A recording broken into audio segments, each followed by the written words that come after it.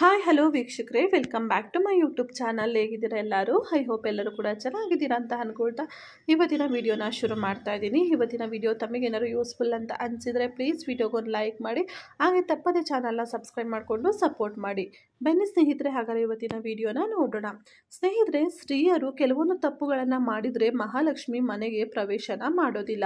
ಅದು ಯಾವುದೆಲ್ಲ ತಪ್ಪು ಅನ್ನೋದನ್ನ ಇವತ್ತಿನ ವಿಡಿಯೋದಲ್ಲಿ ತಿಳಿಸ್ಕೊಡ್ತೀನಿ. ಖಂಡಿತ ನೀವು ಕೂಡ ಟ್ರೈ ಮಾಡಿ.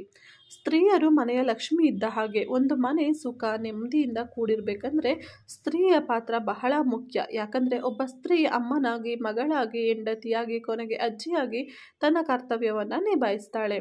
ಇಲ್ಲಿ ಸ್ತ್ರೀಯ ಕಾರ್ಯ ತುಂಬ ಮುಖ್ಯ. ಈಕೆ ಮನೆಯ ಬೆಳಗೋ ನಂದಾದೀಪ ಇದ್ದ ಹಾಗೆ. ಹೀಗೆ ಮನೆಯ ಬೆಳಗೋ ಈ ಸ್ತ್ರೀ ಕೆಲವು ಕೆಲಸಗಳನ್ನು ಮಾಡಲೇಬಾರದು ಎಂದು ಹೇಳಲಾಗುತ್ತೆ.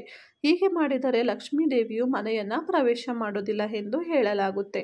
ಮನೆಯ ಮಗಳು ಸೊಸೆಯನ್ನ ಲಕ್ಷ್ಮೀ ದೇವಿಯ ರೂಪ ಎಂದೇ ಹೇಳಲಾಗುತ್ತೆ. ಸ್ತ್ರೀ ತಾನು ಮಾಡುವ ಒಳ್ಳೆ ಕೆಲಸದಿಂದ ಒಂದು ಮನೆಯನ್ನು ಸ್ವರ್ಗ ಕೂಡ ಮಾಡಬಹುದು. ಇಲ್ಲಿ ತಾನು ಮಾಡುವ ಕೆಟ್ಟ ಕೆಲಸದಿಂದ ಅಥವಾ ಆಚರಣೆಯಿಂದ ನರಕ ಕೂಡ ಮಾಡಬಹುದು ಎನ್ನುವ ಮಾತು ನಾವು ಕೇಳ್ತಾ ಇರ್ತೀವಿ. ನಮ್ಮ ಶಾಸ್ತ್ರಗಳಲ್ಲಿ ಮಗಳು, ಸೊಸೆಯಂದಿರ ಕೆಲವು ಹವ್ಯಾಸಗಳು ಮನೆಗೆ ಸುಖವನ್ನು ತರುತ್ತವೆ, ಇನ್ನು ಕೆಲವು ಹವ್ಯಾಸಗಳು ಮನೆಗೆ ಕೆಡುಕನ್ನು ತರುತ್ತವೆ. ಬನ್ನಿ ಮಹಿಳೆಯರು ಯಾವ 7 ತಪ್ಪುಗಳನ್ನು ಮಾಡಬಾರದು ಎಂದು ತಿಳಿಯೋಣ.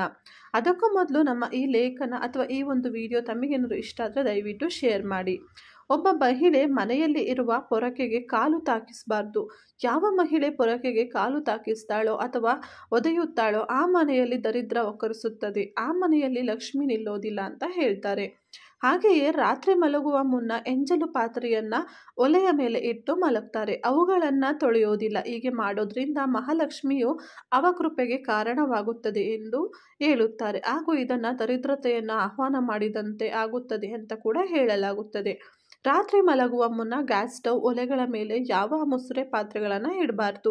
ಅವುಗಳನ್ನು ಕ್ಲೀನ್ ಮಾಡಿ ಇಟ್ಟು ಮಲ್ಕೊಂಡರೆ ಮಹಾಲಕ್ಷ್ಮಿಯ ಕೃಪಾಶೀರ್ವಾದ ಆಗುತ್ತದೆಯಂತೆ. ಹಾಗೆ ಮನೆಯ ಬಾಗಿಲನ್ನು ಕಾಲಿನಿಂದ ಒದೆಯಬಾರದು. ಯಾವ ಮನೆಯಲ್ಲಿ ಸ್ತ್ರೀ ಬಾಗಿಲನ್ನು ಕಾಲಿನಿಂದ ಒಳೆಯುತ್ತಾಳೋ ಆ ಮನೆಯಲ್ಲಿ ಮಹಾಲಕ್ಷ್ಮಿ ಕೋಪಗೊಳ್ತಾಳೆ. ದುರ್ಗಾದೇವಿಯ ಆರಾಧಕರು ಮತ್ತು ಮಹಾಪಂಡಿತರು ಆಗಿರುವ ಪಂಡಿತ್ ಶ್ರೀ ಲಕ್ಷ್ಮೀನಾಥ್ ಗುರೂಜಿಯವರಿಂದ ಸರ್ವ ರೀತಿಯ ಸಮಸ್ಯೆಗಳಿಗೂ ಕೂಡ ನಿಮಗೆ ಒಂದು ನೆರವಾಗಿ ಕಾರಣ, ಹಾಗೆ ಅದಕ್ಕೆ ಸಮಸ್ಯೆಗೆ ಪರಿಹಾರ ತಿಳಿಯುತ್ತೆ. ಖಂಡಿತ ಒಮ್ಮೆ ಟ್ರೈ ಮಾಡಿ. ಹಾಗೆಯೇ ಇನ್ನು ಸ್ನೇಹಿತರೆ, ಮತ್ತೆ ಬರೋದಾದರೆ, ಈ ರೀತಿ ನಿಮ್ಮ ಮನೆಯಲ್ಲಿ ಆಗ್ತಾ ಇದ್ದರೆ ಖಂಡಿತ ಸರಿ ಮಾಡಿಕೊಳ್ಳಿ. ಹಾಗೆ ಯಾರೂ ಕೂಡ ಹೊಸ್ತಿಲ ಹತ್ರ ಅಥವಾ ಹೊಸ್ತಿಲ ಹತ್ರ ಮೇಲೆ ಕೂತು ಊಟ ಮಾಡಬಾರ್ದು. ಸ್ತ್ರೀಯರು ಹೊಸ್ತಿಲ ಹತ್ತಿರ ಅಥವಾ ಹೊಸ್ತಿಲ ಮೇಲೆ ಕೂತು ಊಟ ಮಾಡಿದರೆ ಅದು ದರಿದ್ರ ಮತ್ತು ಕಷ್ಟಗಳಿಗೆ ಎಡೆ ಮಾಡಿ ಕೊಟ್ಟಂತೆ. ಹಾಗೆ ಇನ್ನು ಒಂದು ಮುಖ್ಯ ಕೆಲಸ ಈ ಸಮಯದಲ್ಲಿ ಮಾಡಲೇಬಾರ್ದು. ಅದು ಯಾವ ಕೆಲಸ ಅಂದರೆ ಸೂರ್ಯಾಸ್ತದ ನಂತರ ಕಸ ಗೂಡಿಸಬಾರ್ದು. ಬೆಳಗ್ಗೆ ಮಾಡೋ ಕೆಲಸ ಸೂರ್ಯಾಸ್ತದ ಬಳಿಕ ಮನೆಯಲ್ಲಿ ದೀಪ ಹಚ್ಚಿದ ನಂತರ ಯಾವ ಮಹಿಳೆ ಕಸ ಗುಡಿಸ್ತಾಳೋ ಆ ಮನೆಯಲ್ಲಿ ಮಹಾಲಕ್ಷ್ಮಿ ನಿಲ್ಲೋದಿಲ್ವಂತೆ. ಆದ್ದರಿಂದ ಈ ಅಭ್ಯಾಸ ಬದಲಿಸಬೇಕು. ಮನೆಯಲ್ಲಿ ದೀಪ ಬೆಳಗಿಸಿದ ನಂತರ ಕಸವನ್ನು ಗೂಡಿಸಬಾರ್ದು.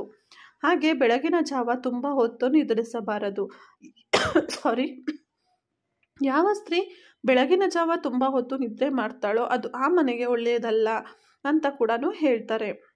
ಹಾಗೆಯೇ ಸೂರ್ಯ ಉದಯದ ನಂತರ ಮಲಗಿದರೆ ಮಹಾಲಕ್ಷ್ಮಿಯು ಅವಕೃಪೆಗೆ ಕಾರಣ ಆಗ್ತೀರಾ. ಹಾಗೆ ಬೆಳಗ್ಗೆ ಎದ್ದು ಮನೆಯ ಅಂಗಳವನ್ನು ಸ್ವಚ್ಛಗೊಳಿಸದೆ ಕೂಡ ಇರಬಾರ್ದು. ಯಾವ ಸ್ತ್ರೀ ಬೆಳಗ್ಗೆ ಎದ್ದು ಕಸ ಗೂಡಿಸೋದಿಲ್ವೋ, ನೀರು ಹಾಕಿ ಸ್ವಚ್ಛಗೊಳಿಸೋದಿಲ್ವೋ ಅಂಥ ಮನೆಗೆ ಮಹಾಲಕ್ಷ್ಮಿ ಪ್ರವೇಶ ಮಾಡೋದಿಲ್ವಂತೆ. ಹಾಗಾಗಿ ಸ್ತ್ರೀ ಬೆಳಗ್ಗೆ ಬೇಗ ಎದ್ದು ಅಂಗಳದ ಕಸ ಗುಡಿಸಿ, ನೀರು ಹಾಕಿ, ರಂಗೋಲಿ ಹಾಕಿ ಮಾತೆ ಮಹಾಲಕ್ಷ್ಮಿಯನ್ನು ಸ್ವಾಗತಿಸಬೇಕು. ಅಂಥ ಮನೆಯಲ್ಲಿ ಮಹಾಲಕ್ಷ್ಮಿ ಸದಾ ವಾಸ ಇರುತ್ತಾಳಂತೆ.